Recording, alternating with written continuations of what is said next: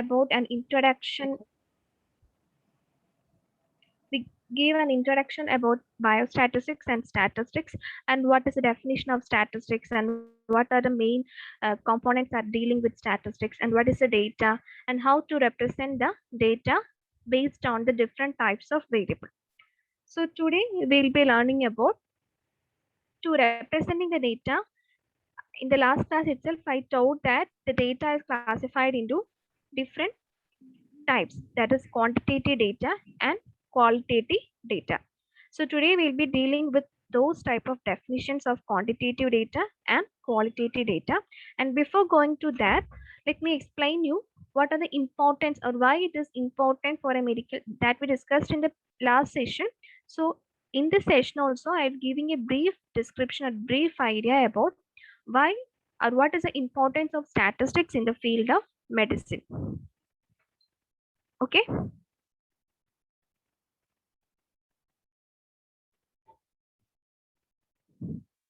Okay. So the first aim or the first importance of using the statistics is to estimate the effectiveness of a drug. So we know that basically in the medical field we'll be uh, introducing new drug, and we have to find out the efficacy or how the drug is effective for implementing in the market. So in order for that, we'll be conducting a randomized control trial or a clinical trial study, and we'll be following it for a large or a long period of time. And after the completion of the study, we'll be analyzing the data, and then we'll be getting an end result, that is whether to accept this drug or whether to not accept this drug. So all these techniques or all the things that we are implementing in the field involves a sort of biostatistics or statistics to be applied in order to estimate that particular result. And the next is to identify the prevalence or risk factors for a particular disease. For example, we'll be conducting many studies in the community level, and if you're conducting any study in the community level, the most of the studies will be assessing will be to find out the prevalence of a particular disease, or what is the prevalence of based on a particular criteria. So for that also, in order to find out that prevalence, we have to apply some statistical techniques in order to find out the prevalence. We first have to develop develop the research question, then we have to develop the hypothesis, then we have to select the study population, and after the selection we have to collect the data appropriately, then we have to analyze, and then we have to find out the end result, whether it is a prevalence or whatever it is. And also to design, monitor, analyze, and interpret the results of the clinical studies that we discussed, that to in order to find the effectiveness of a particular drug. All these things, that is we have to design the particular study, we have to monitor the entire study. In clinical trial, you may be familiar with the masking, blinding, everything. That is, we have to randomize the study subjects, and then we have to do a masking, everything in order to reduce the bias that involved in the particular type of study design. So everything involves a sort of statistics to be applied in order to get a good final result. And also to develop statistical methodologies to address the questions arising from medical and public health data. So in order, if we want to address any particular situation or any particular scenario, the thing that we have to do is that we have to collect a particular set of data, and then do note some appropriate statistical test, and then report the findings in a appropriate manner to find out the new information all together, and also to evaluating any health programs. For example, in any Anganwadis or in any low level government organizations, if we have implemented any new health program, like any new health programs for the improvement of the public in that particular community, and we have to evaluate the effectiveness of that particular program. So in that case also, we will be collecting the data regarding that particular health program, and then we'll be analyzing, and after that only we'll be getting an end result, that is whether the program is effective or not. Overall, we can say that the ultimate objective, that is the main objective of doing all the studies related to the field of health, is to improving the health health of the individual living in the particular community. So we are doing all the sorts of analysis, all sorts of data collection, everything for identifying the unknown factors present in the particular community, and to find out that unknown factors we are using some or the appropriate, we have to apply the appropriate statistical test to find out that unknown factors present in the particular community. Okay, and in the last class we learned that there is two branches for statistics, that is descriptive and inferential statistics, and today we will be dealing with descriptive statistics. And descriptive statistics means it is the method in which we are summarizing or describing the data that we have collected. That is the basic description of the data that we have collected from the population. And the inferential statistics means we will be inferring from the sample that we have collected to the population. That is, we will be drawing conclusions or making decisions about the population characteristics based on the information collected from the sample drawn from the population. So that is, we are inferring from the sample to the population, and that overall process is known as the inferential statistics. And next we are going to deal with the different types of variable. Okay, so in the last class we learned like the data is a raw material for statistics. That is, without data there is no use for statistics, and the data is the main source for doing different sorts of statistical analysis. And in data, the meaning of data means if you're collecting the data contains so many variables. So today we are going to see what are the variables and how it is classified according to the different nature of the variables. So first we can see what is a variable. So anybody knows what is a variable, or according to you, what is the definition of variable? Or you may have heard like if you conducted any study, you have seen like the variables of the particular study is this and this. So for every study which involves a data collection process will consist of many variables according to the research question. So every study consists of many or the appropriate variables which will help us to draw the final conclusion about the data that we have collected. So the definition for variable is that a variable, it is a characteristics or condition that take place different values in different persons, place or thing. So this is the definition for variable. So variable is defined as it is a characteristics or condition that takes different values with respect to different person, place or thing. So this variable is not a constant one. It keeps on changing from place to place, time to time, and person to person. So every data involves a set of variables. The whole collection of the variables together will constitute a data. Say for example, if you're collecting or if you're conducting a study to find out the prevalence of hypertension in a particular population or particular area, or then we sampled a particular small population from the large population, and we plan to conduct a study to find out the prevalence of hypertension in the particular area. So the main variable that we are going to find out is the hypertension, and we also want to see whether the hypertension, the prevalence is different based on gender and also based on age, whether there is any difference in hypertension. So what all things we are going to find out? Say for example, if you're finding out the difference between gender, age, everything all constitute together as a variable. So for a study based on the research question and based on the objective, we are formulating different variable, and that variable will not be the same for the other situation. It will keep on changing from person to person, place to place, and things to thing. Say for example, everything that we are measuring here, the examples is written like the diastolic blood pressure, the heart rate, height, weight, age, gender, everything can be constitute to a family of variable. Okay, so the variable is anything that we are measuring which keeps on changing with place to place, time to time, and things to things is known as a variable. Okay, so based on this variable, so we learned what is a variable, and based on this, this is the entire classification of the data which is shown in this slide. So basically we have two types of data, that is quantitative data and qualitative data.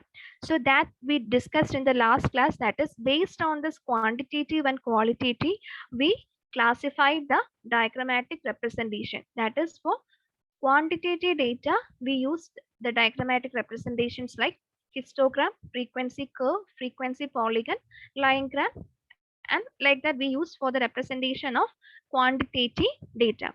And say for the qualitative data, we use like pie chart, bar diagram for representing the diagrammatic representation of the data. So basically we have two types of data, that is qualitative data and quantitative data.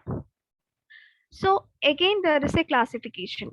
The qualitative data is directly classified into nominal and ordinal variables.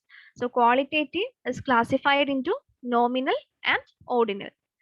And when coming to quantitative variables, we can see that the quantitative variables is firstly classified into discrete variables and continuous variable, and again this discrete and continuous is classified into interval and ratio variable. So this is the overall picture about the scales of measurement, that is based on the variable how it is classified. So you have to be familiar with classification, because based on the variable classification we'll be selecting the appropriate statistical test and appropriate suitable diagrammatic representation. So you should be very familiar or clearly familiar with the difference between each and each types of variable. So I will explain once more. That is basically we have two types of variable, qualitative variables and quantitative variables. Qualitative variables is directly classified into nominal variables and ordinal variables, and quantitative variables is classified into discrete variables and continuous variable. Again it is classified into interval variable and ratio variable. Okay, so now we can see what are the difference between all these types of variable. So first we can see what is the difference between a quantitative variable and a qualitative variable. So the quantitative variables means the variables which we are able to represent in terms of numerical numbers, or we can say like the variables which we are able to count in terms of numerical numbers. Such type of variables are known as quantitative variables. Say for example, age, weight, height, then number of children in a family, everything can be, we are able to count the numbers in terms of numerical numbers or in terms of whole numbers. So the variables which we are able to count in terms of numbers are known as quantitative variables. Okay, so the quantitative variables means the variables which we are able to count in terms of numerical numbers or measured in terms of numerical numbers are known as quantitative variables. And next coming to the qualitative variables. The qualitative variables, the other name for qualitative is categorical variable. So the qualitative variables means the variables which we are not able to measure in terms of numerical numbers, or which we are not able to count in terms of numerical numbers. On the other hand, we are only able to just labeling that particular variable. Say for example, the gender. Gender, we have male, female and transgender. So that is only a label. We are giving a label to a particular person, that is whether he or she is a male or female or transgender. Okay, so such type of variables in which we are not able to count in terms of numerical numbers, but only we are able to labeling the variables is known as qualitative variables. Other example is like the education classification. The education classification, we can say like we'll be starting from illiterate, literate, primary, high school, high secondary, graduation, and post graduation. So this all categories means we are just giving a label to a particular person according to his or her education level. Rather, we are not counting in terms of numerical numbers. So such type of variables in which we are not representing or not measuring the particular variable in terms of numerical numbers is known as qualitative variables. So we have first classification is quantitative and qualitative variables. So I hope you understand the difference between what is quantitative and what is qualitative variable. So the next we see that qualitative variables is directly classified into interval and ratio scale, and quantitative variable is classified into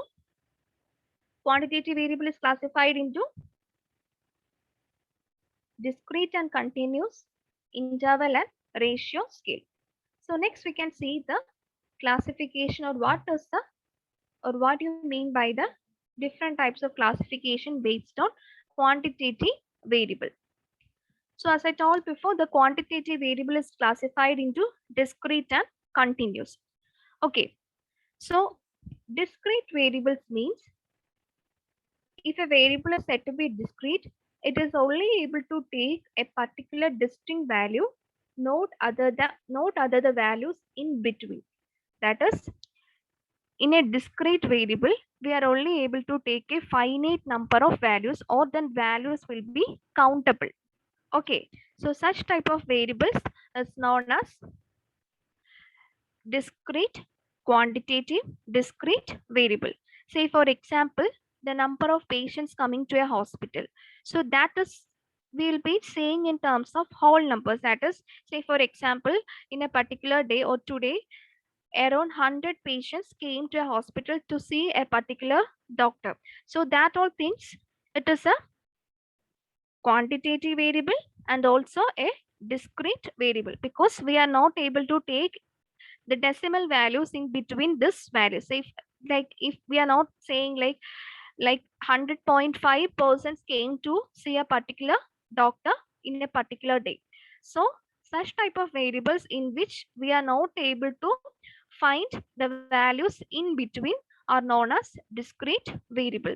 So the definition is written like it can take on only particular distinct values and no other values in between. And the values in discrete data is either finite number or a countable number. So every time it will be a finite number and it will be a countable number also. And when coming to the continuous variable, so from the word itself we'll be able to understand that the values will be continuous and there will be no separation between the whole numbers. Say for example, we'll be able to take the decimal points also along with this particular type of variable. For example, the height, weight, everything. The height we'll be saying like it is 156.5 centimeter. Like that we'll be able to take the decimal points also along with this type of variables. So if such type of, or if such calculation is possible, then such type of variables can be classified as a continuous type of variable. Okay, so this is the difference between the discrete variables and continuous variable, but both comes under the category of quantitative variables. Discrete variables means the variables which we are able to, which is continuous, sorry, the variables which is of measurable but which cannot take the decimal values or in between values. So such type of variables are known as discrete variable. And continuous variables means the variables which we are able to measure in terms of numerical numbers, and also the in between values is also possible. So this is the difference between discrete and continuous type of variable. So the next we are going to see the last classification, that is the nominal variable, ordinal variable, interval variable and ratio variable. So the nominal and ordinal is the classification of qualitative data. So the qualitative data is directly classified into nominal variables and ordinal variables. And qualitative data means the data which we are not able to measure in terms of numerical numbers. Only labeling is possible for such type of variables. So the nominal variables means, so nominal variables means we are only able to just label that particular variables or categories, and no ordering is possible. That is, we are not able to order the categories present for a particular type of variable. Say for example, gender. Gender is a qualitative and nominal variable. Why? Because qualitative means it is not able to measure in terms of numerical number, and nominal means it is only, we are only able to label, and we are not able to rank this particular variable based on the category. That means that we are not able to say like the males are higher than female and females are higher than male. And also when coming to any dichotomous variable. Dichotomous means the variable which contains only two categories. Say for example, the smoking status. There is only two categories. That is either the person smoke or the person doesn't smoke. So in that also we are not able to predict like which is higher when compared to other. That is whether S is higher or whether no is higher. In that case, the ranking we are not able to impose. Such type of variables where only the labeling is possible for the categories is known as nominal variables. So you should able to understand the difference between the nominal and ordinal variables. So the nominal variables is, it is a qualitative type of variables in which the ordering is not possible. Only labeling is possible. And the qualitative variables or the variables with two categories is known as dichotomous or binary variable. Two categories means only two categories is present. Say for example, if we are taking gender without the classification as transgender like male and female, then it is a dichotomous binary variable. Okay, so that is the nominal variable. And ordinal variable. Ordinal variable means it comes under the category of qualitative variables, and it has all the properties of the nominal variable, and also one more property that it is, we are able to order this particular type of variable. Say for example, if you're taking like the socio-economic status, we have APL and BPL. So in that case we are able to order, that is APL is higher than when compared to BPL. Or in the other way, we can say like BPL is the lower category with the socioeconomic status when compared to APL. And for example, the education level. If you're classifying like illiterate, literate, primary, high secondary, graduation, post graduation, we can, there is a particular ordering for that. That is, we know that post graduation is the highest order when compared, or highest category when compared to illiterate. So the variables in which the labeling as well as the ordering is possible is known as a ordinal variable. And also when we are measuring the degree of illness or the severity of a particular illness, there we'll be having the severity, we'll be classifying the severity like mild, moderate and severe. Okay, so such all things comes where there is a particular ordering. That is, the severe category is very much high when compared, the severity will be high for the persons in the severe category when compared to the mild and moderate category. So such type of variables where we are able to impose a particular order for the categories will comes under the category of ordinal variables, and ordinal and nominal are the classification of qualitative variables. Okay, so that is all about the classification of qualitative variables.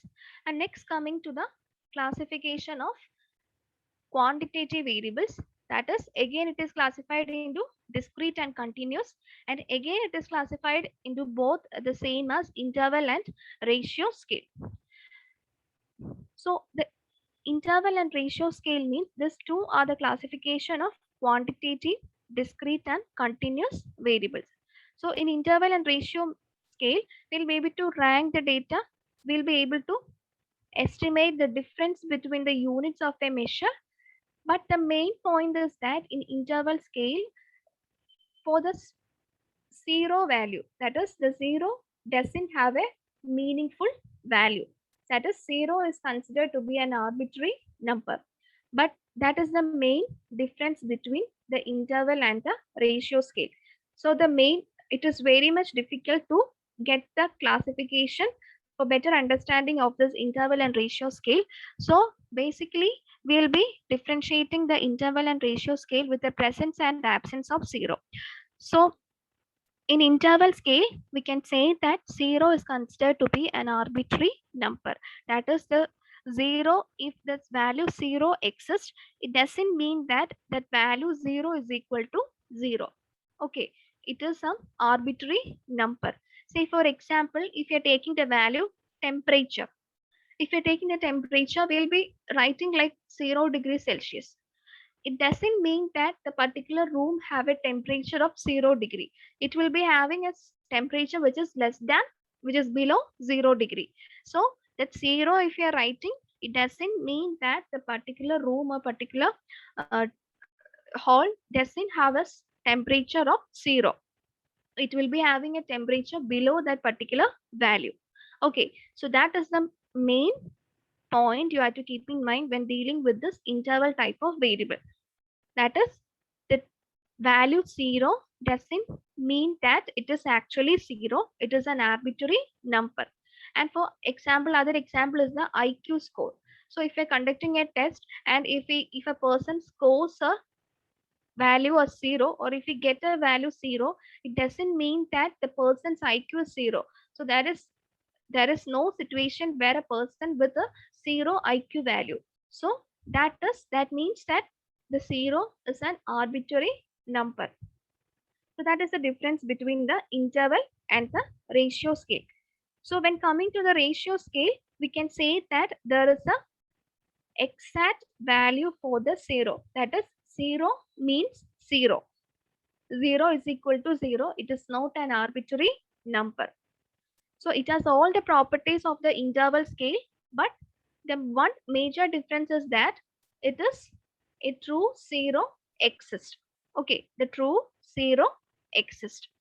And one more difference between the one example for ratio variable is that the number of children in a family, it can be 0. That is, there may be some families with the parents which they are not having any children. So the possibility of 0 children is possible there. So that 0 means equal to 0. So 0 is not an arbitrary value. It gives a particular 0 value to the particular situation. So such type of variables is known as ratio variable. And also the one more difference is that if you're taking the variable weight, so if I'm uh, if I'm seeing a person with a weight of 100 kilogram, then I can say that that person's weight is twice as the weight of a person with 50 kilogram. That is, it is a ratio of 2 persons 50 kilogram weight.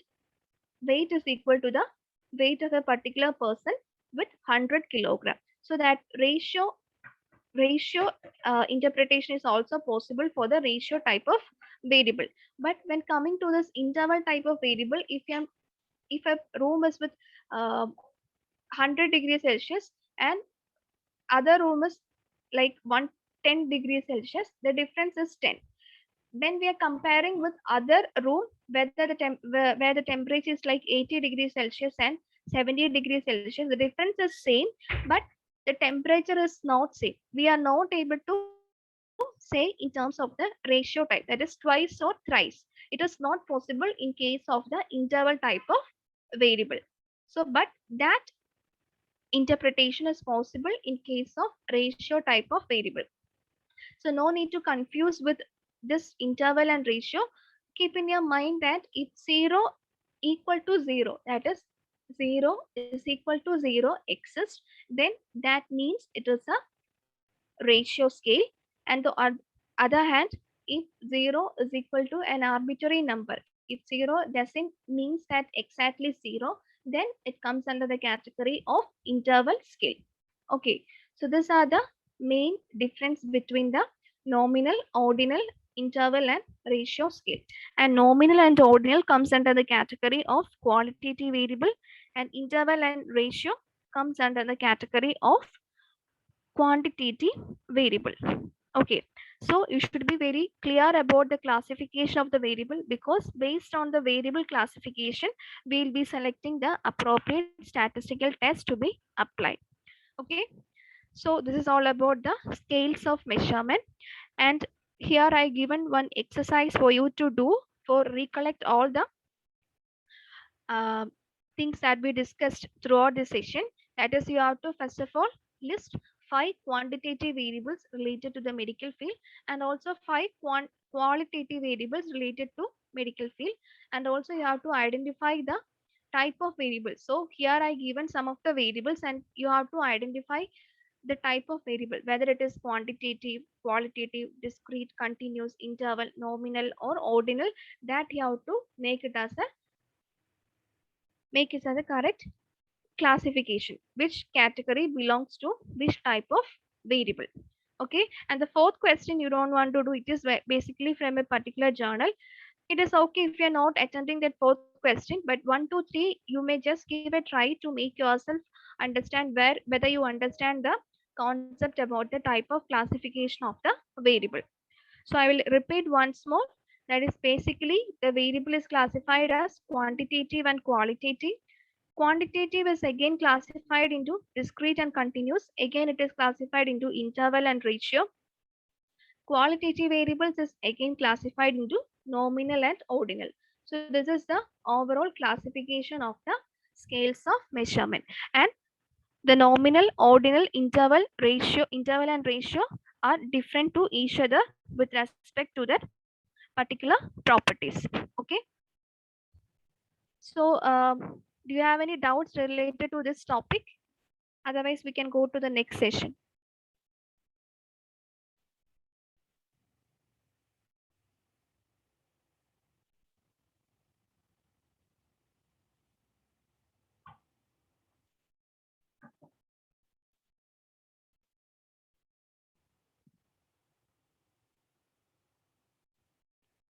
Can I go to the next session? Yeah, ma'am, you can continue. Okay. So the next we'll be dealing with, so now we learned like what are the classification of the variable. That is how it is classified based on the type of how it is collected. So now we'll be dealing with the descriptive measures, or the what are the basic descriptive measures that we have to deal, or that you have to apply for a data when you're getting for the first time. So today we'll be discussing about the descriptive measures. That is, under the descriptive measures we have two classification, that is measures of central tendency. Excuse me, ma'am. Ma'am, Okay, you yeah, can share the screen. yeah, I'll be sharing the screen. Just it Okay. is a basic introduction. Okay, okay. So under the descriptive statistics we have measures of central tendency and measures of dispersion. And today we will be seeing, or today we will be discussing about the what are the measures of central tendency which can be used as the descriptive statistics.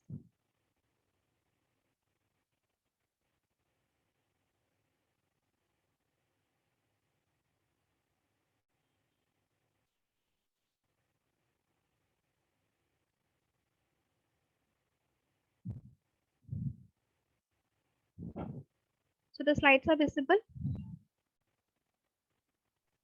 Yeah, ma'am. Okay. So as I discussed before, basically we see in the previous slide set the statistics is divided into two, that is descriptive statistics and inferential statistics. And under the category of the descriptive statistics means we will be just describing the data in terms of some simple measures, that is in terms of measures of central tendency and measures of dispersion. Okay, so today we'll be seeing what are the important measures, or what are the descriptive measures coming under the measures of central tendency. So before going to that, we can see what is the measure of central tendency. So the measure of central tendency, it is the tendency of the observations to cluster around some central value is known as the measure of central tendency.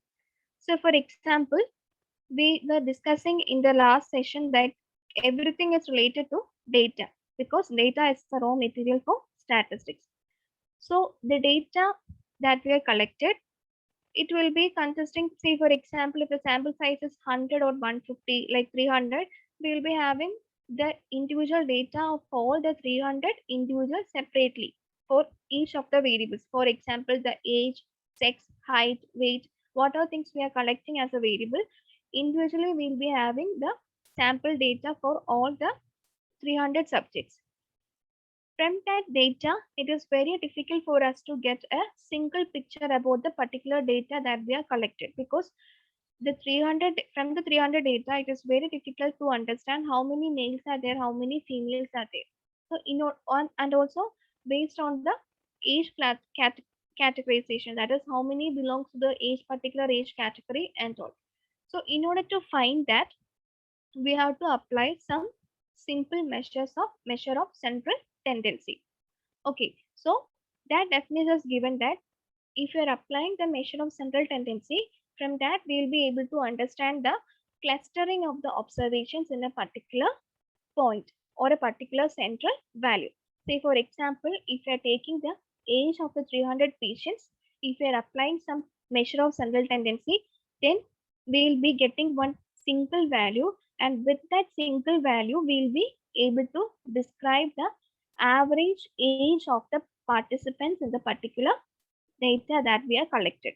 So that will make sense instead of viewing it as a individual data. So in order to find or in order to make some sense to the data, we have to apply some measure of central tendency. And thus a central value or an average is a single value which represents the group of values. So a measure of central tendency is a group, is a single value, but that single value will be the representative of the whole values present in the particular data. So that is written as the second point or the last point, that is the single value explains the characteristics of the entire population, entire sample. So it is very important to calculate a central value which represents the whole data that we are collected for particular or individual variables. So next, coming to the measures of central tendency. So basically we have 5 measures of central tendency. So that are arithmetic mean, geometric mean, harmonic mean, median and mode. So basically we'll be saying like we have 3 averages, that is arithmetic mean, geometric mean and harmonic mean, and next we have median and mode. Okay, so we can see one by one separately. So first we can see what is arithmetic mean. So I think you may have heard before the average of the particular population. What is the how to find out the average for a particular set of data?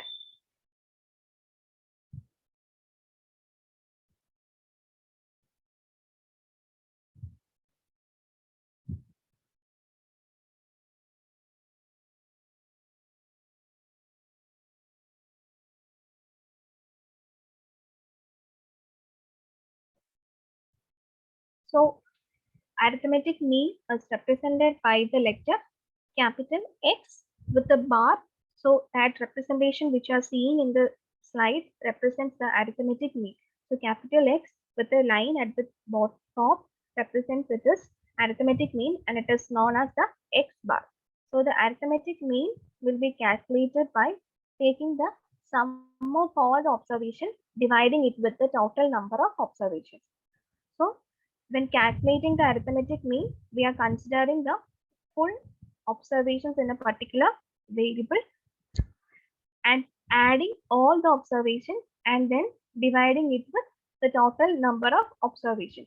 So one of the advantage of using arithmetic mean is that it takes into consideration of all the values involved in the or all the values which consist of the all the values which is involved in the particular data of a particular variable.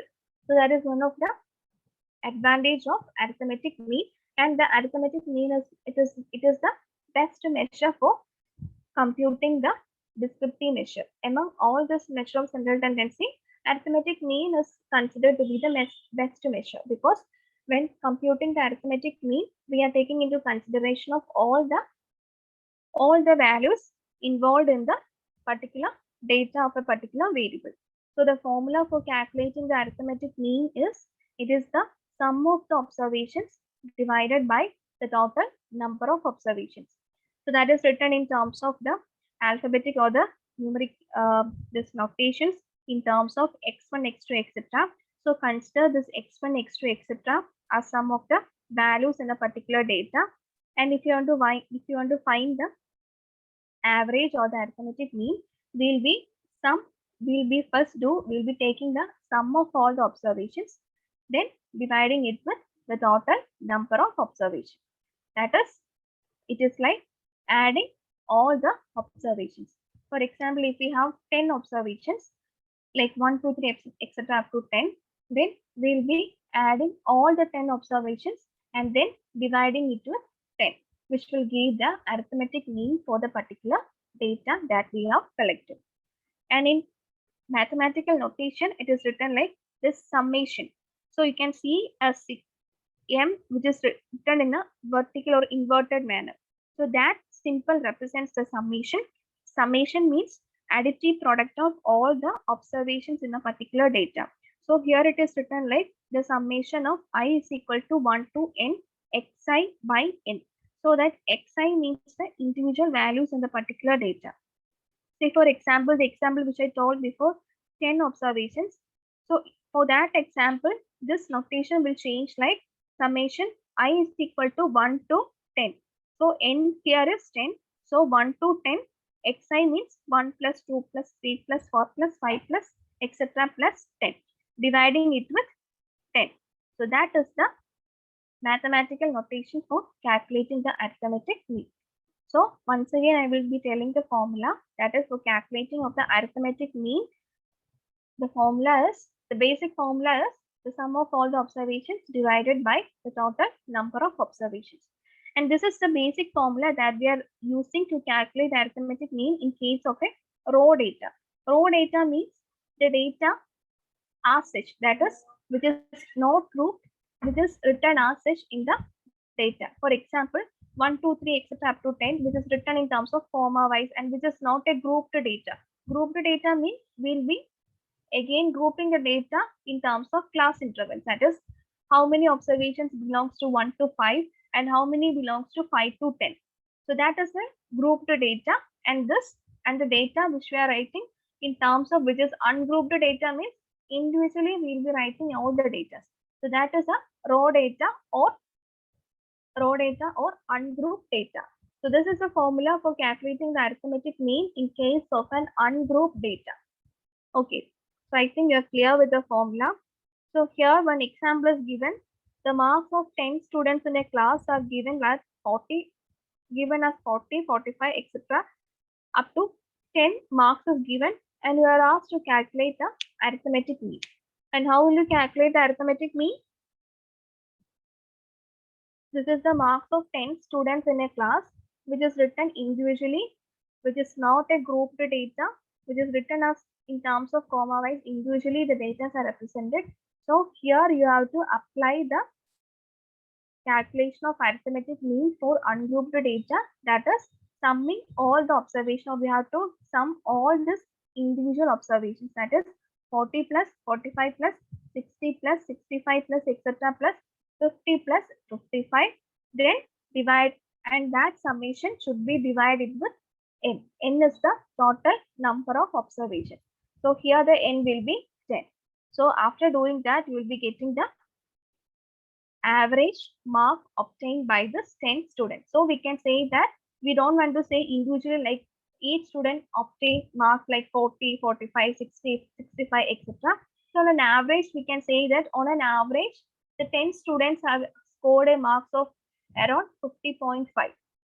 So the mean value will be representing to indicate the one simple measure for representing the whole data. So are you clear with how to find the mean? So here are some of the examples which is given. So I'll be sharing the slides you can do and you can work out these questions. Okay. So the next is how to find the arithmetic mean in case of a grouped data or in a data where we are grouping the variable. Grouping the variables means we are not indicating the variables in terms of raw data. Rather, we'll be grouping the variables in terms of class intervals. So in that case, the formula is same only. The formula is like sum of all the observations divided by total number of observations. And in order to find the sum of all the observations, we have to do one more step to find out the sum of all the observations. So here it is written like, let the observations be x1, x2, etc., xk, and for corresponding these observations, let f1, f2, etc., fk be the corresponding frequencies. Okay, so for corresponding each class interval or each x value, we will be having a corresponding frequency. And in that case, we have to find out the frequency by first we have to take the product of all the individual values with the frequency and the individual value. That is, first we have to take f1 into x1. That is the first value of x into the corresponding frequency of the first value. That should be multiplied plus the second value of x into the corresponding frequency value of the second x value. Similarly, you have to do for all the observations and then divide it with the total sum of the frequency. So here the n means the total sum of the frequency. So in mathematical notation, we can write like to finding out the mean in case of frequency or grouped data, we are using the formula like summation of I is equal to 1 to k xi into fi divided by summation of I is equal to 1 to k fi. Okay, so this is the formula you have to apply to find out the mean in case of grouped data. Okay, so here I shown an example. So here corresponding x value is represented in terms of frequency. So if you are asked to find out the mean value for this particular set of data, first of all, you have to find out the formula is summation of f into fi into xi divided by summation of fi. So first of all, you have to draw these two columns along with one more column, that is multiplicative product of x into f or f into x. So the first value for the f into x column will be 110 into 25. Okay, so that will be the first value and the next value will be 125 into 8. Similarly, you have to multiply all the x values with the corresponding frequency value. So in the third column, it is f into x. So after multiplying all these 5 observations, you will be getting the fx value with 5 final values. And the formula is summation of f into x. So next you have to do is, you have to take the summation of f into x. Then divide it with summation of f. Okay. So that is how you have to find out the mean in case of grouped data. So first of all, you have to find the multiplicative product of f into x value. Then take the sum of f into x value, divide it with the sum of the frequency. So the sum of the frequency will be the total number of observations. Okay. So this is the formula. This is how method you have to use to find out the arithmetic mean for a grouped data. So in the grouped data itself, we will be having other case when we don't have a particular x value. Instead of the particular x value, we will be having the corresponding class intervals. Okay, so if you are asked for exam, to calculate the arithmetic mean for a grouped data with this class interval type of question, you will be getting only the first two columns, that is age and the number. Corresponding frequency only you will be getting. So as a first step, you have to find out the x value or the corresponding x value for the corresponding class interval. So that is calculated by taking the average of lower limit and upper limit. So here you can see the class interval is like 0 to 10, 10 to 20, 20 to 30, 30 to 40 and 40 to 50.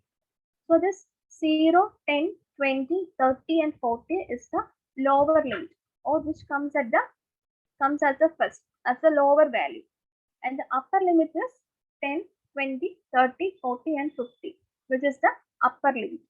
So to find out the corresponding x values is calculated by taking the average of this lower limit and the upper limit. So that is taken by adding 0 plus 10 divided by 2. So 0 plus 10 divided by 2 is 0 plus 10 is 10 divided by 2, it is 5. So in the next column you can see the mid x value or the mid value of x.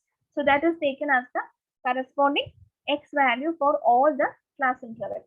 So for the next class interval, that is the class interval is 10 to 20. So you have to take the average of 10 plus 20 divided by 2. So that is 30 divided by 2. So we'll be getting the x value as 50. So similarly, you have to find out all the x value for the corresponding class interval. Then the step is same as before. Next, you have to find the product of f into x value. That is, product means corresponding x value should be multiplied with corresponding frequency value. So that is 5 into 40, 12 into 15, 20 into 25, 6 into 35 and 4 into 45. So that is the summation of f into x. And the next you have to do is you have to take the summation of all this f into x values. That is 40 plus 180 plus 500 plus 210 plus 180. So the total sum we got it as 1110. So that is the summation of f into x. And the formula is summation of f into xi divided by summation of fi. So as I told, the summation of fi is total sum of the frequency. Will be calculated by 1110 divided by 50 will give you the corresponding mean for this particular frequency distribution. Okay. This is how you have to calculate the mean for grouped data and for ungrouped data. The formula is same only, but the thing is that if you're getting a class interval type of data, you won't be having a corresponding x value. Then first of all, you have to find the corresponding x value by taking the average of lower limit and upper limit. Then you have to do the calculation as before. That is multiplying the x into f value and dividing it with the f value. Okay. So this is all about mean. So the main advantage of having mean is that it takes into considering all the values which is involved in the data. So we can say that it is the best measure for calculating the descriptive statistics. And one disadvantage for mean is that since it takes into considering all the values involved in the data, if we have any extreme values, say for example, if I have the values like 1, 2, 3, etc. up to 10, and the next value will be like 100, then that 100 is an extreme value or it is an outlier when compared to all other values.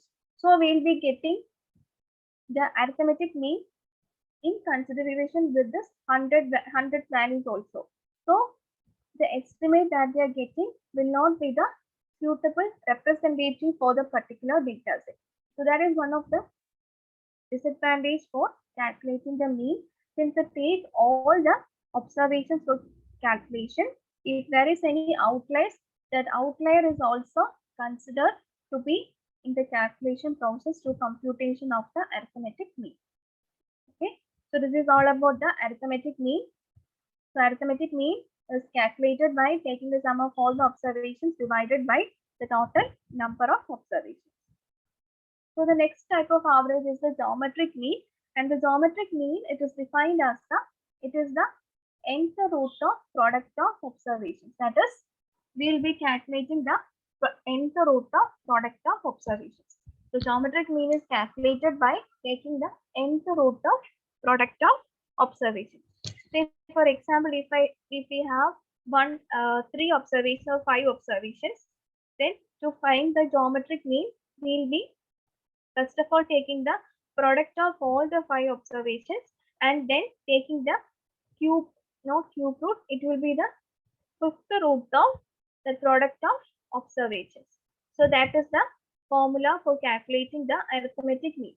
So that is written as the in red letter, that is geometric mean is equal to product of all the observations raised to 1 by n, or in other words we can say it is the nth root of product of observation. And other formula is also there for calculating the geometric mean by taking the log value.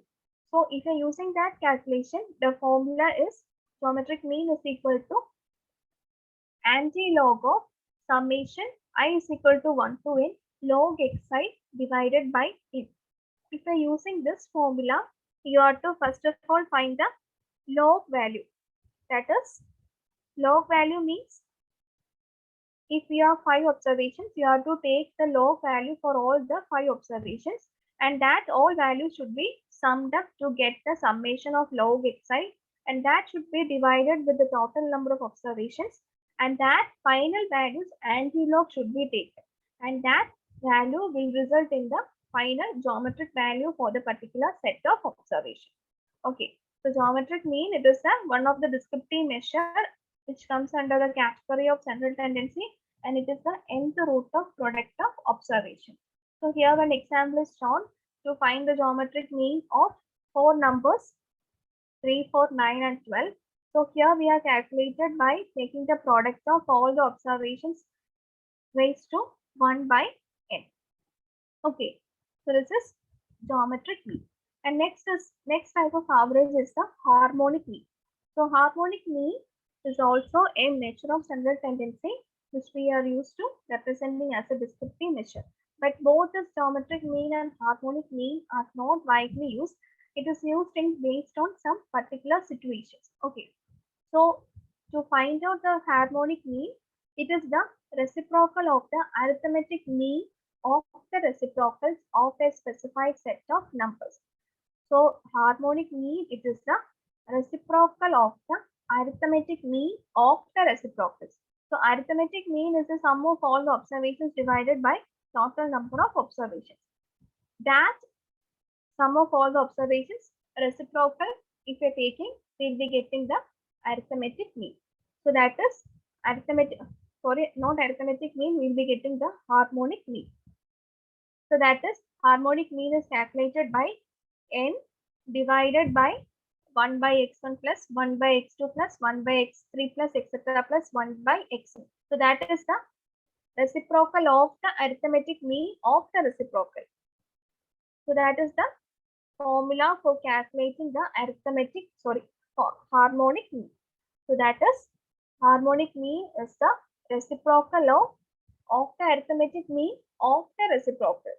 So that is n divided by 1 by x1 plus 1 by x2 plus etc. plus 1 by xn. So here an example is given to find out the harmonic mean for 10, 20 and 40. So first of all, you have to find out the 1 by x1's value. That is 1 by 10 plus 1 by 20 plus 1 by 40. And that all values should be divided with 3. That will be result in the corresponding harmonic mean. Okay. So this is all about harmonic mean. So harmonic mean is the reciprocal of the arithmetic mean of the reciprocals. So we came to an end of all the 3 averages, that is arithmetic mean, geometric mean and harmonic mean. And now we are left with 2 more measure of central tendency, that is median and mode. So basically median is defined as it is the positional average of a particular data which divides the data into two equal parts. Okay, so if we have a particular set of data and if you are finding the median, then we can say that the median value will divide the data into two equal parts, into two halves with equal distribution of the numbers. So this median is also known as a positional average. Okay, so median is also known as a positional average, which divides the data into two equal parts. 50% to the left and 50% to the right. So since it is dividing into two equal positions, it is known as a positional average. So in finding out the median also, we have two cases. That is when median is, or when the total number of observations is odd, and when the total number of observations is even. So when the total number of observations is odd means we will be having a single value at the center to divide the data into two equal parts. Say for example, if I have a total of 7 observations, then in the middle I will be having one single value which divides the data into 3 and 3. Okay, so finding out the median in case of odd number is very easy because there will be one single value at the center to divide the data into two equal parts. And one more thing you have to keep in mind when calculating the median is that, first of all, you have to arrange the data either in ascending or descending order. Otherwise, if you're calculating the median, you will be keeping the appropriate median for the particular data set. So that is the main thing you have to keep in mind when calculating the median. But for mean, if you're calculating, there is no need for arranging the data either in ascending or descending order, because we are taking into considering all the observations, or we are calculating the mean based on all the observations. But in median, we are not taking into considering all the observations. Only one single value will only be taking into consider. So when you're calculating the median, first of all, you have to arrange either in ascending or descending order, then find the corresponding median based on the distribution, that is based on the n, whether it is even or odd. If it is odd, then there is no issue for calculating the median, since we have a single value at the center which divides into two equal parts. But when the case is even, that is when the total number of observations is even, we will be having two values at the middle. Say for example, if I'm taking 6, if I have a total of 6 observations, I'll be having 2 observations at the middle, that is 3 and 4 will be at the middle. 1 and 2 will be on the left, and 4 and 5 and 6 will be on the right. So since I have the two value, I have to calculate one single value, and the single value is calculated by taking the average of these two values, that is middle two values, which divides the data into two equal parts. So if the total number of observations is even, you have to calculate the median by taking the average of the middle two values. Okay, so that is the difference in calculating the median in case of odd numbers and in case of even numbers. So I think you are clear with the difference between calculation of median in case of odd and even. And here it is written the formula for finding the odd. Either you can use this formula or you can use by the simple method by looking at the data itself. The formula it represents that if it is odd, then you can use the direct formula application, that is n plus 1 by 2th observation. Say for example, if it is odd, if I'm getting 6 as the, after calculation of this formula, I'm getting the value as 6, it doesn't mean that the 6 is the median. If I'm getting the 6, it represents the 6th observation in the data which I'm arranged either in ascending or descending order. So if I'm getting like 6th observation, I should check in the data which is the value that constitute this 6th position. So that value will be the median for the particular data.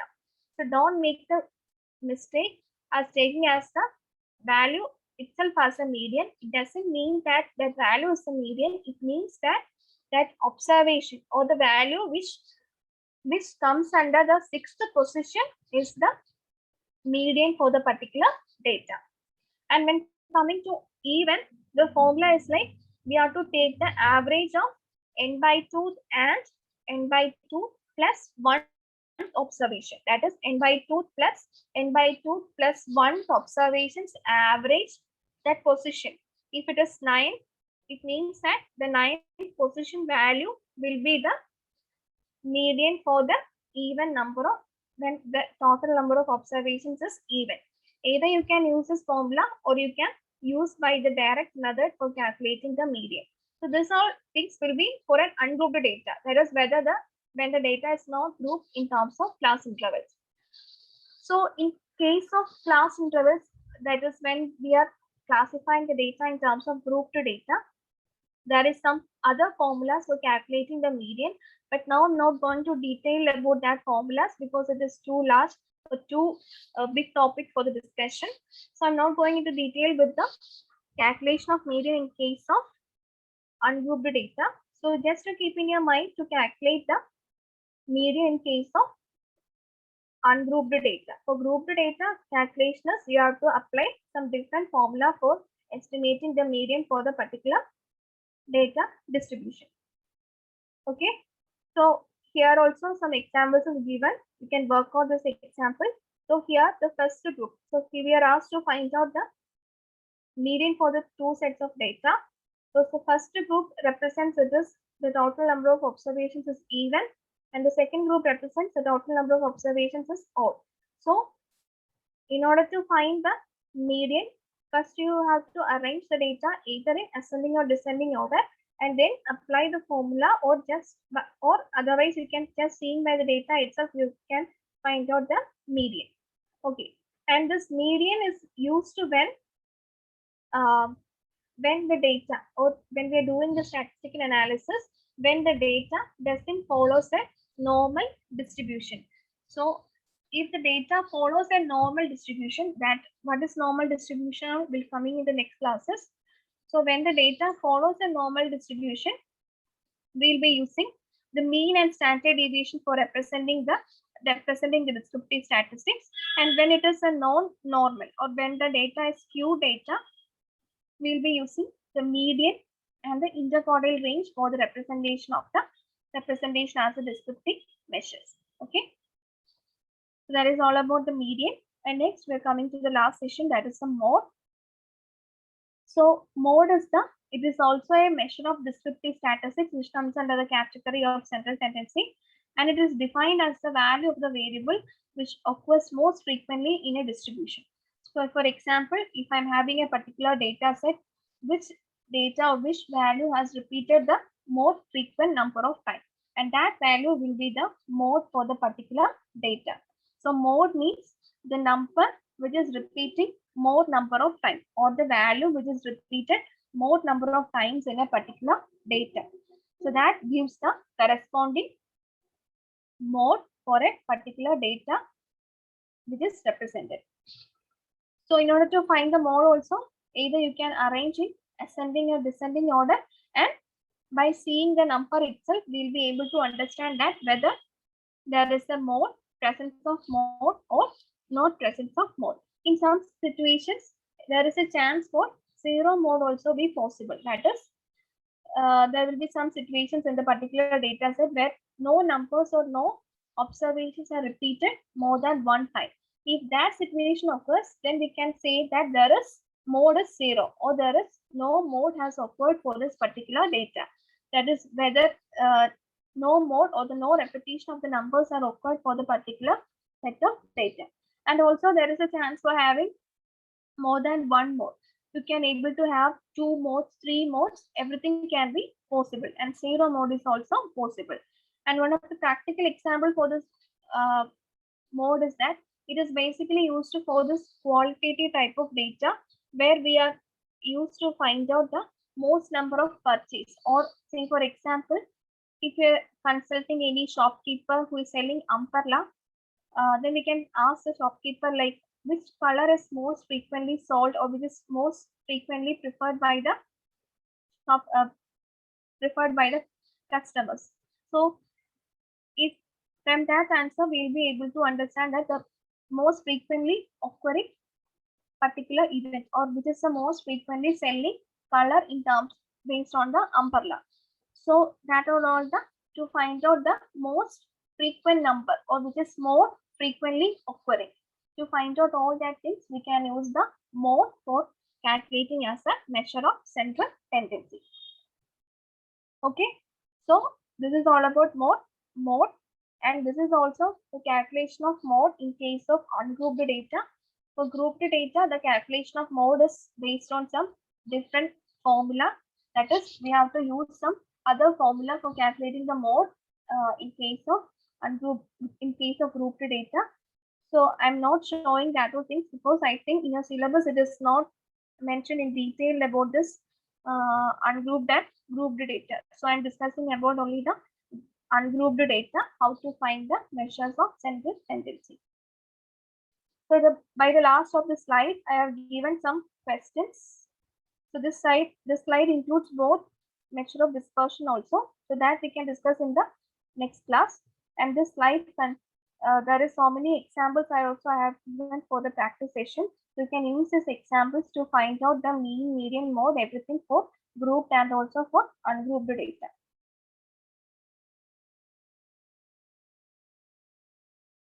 Okay, this is all about the measures of descriptive statistics. In which the measure of central tendency. So basically we have arithmetic mean and the average is 3 times, that is arithmetic mean, harmonic mean and geometric mean, and then we have mode and median. So these are the basic 5 measures of central tendency.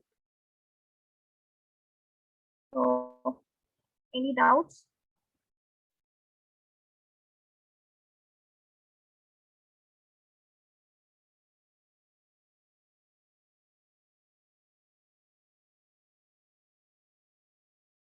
Any doubts anybody have?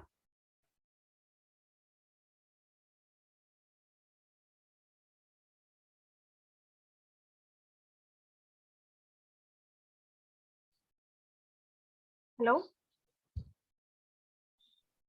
Hello, ma'am. Yeah. Yeah, you can continue. I'm asking the students whether the session is over for today's topic. Okay. That is, so whether there is any doubts regarding the session.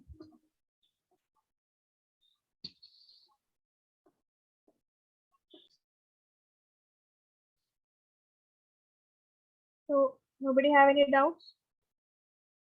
So I think we can stop the session. Okay, ma'am. Okay. You can wind up the session, and thank you, ma'am. Thank you so much. Okay. Thank you.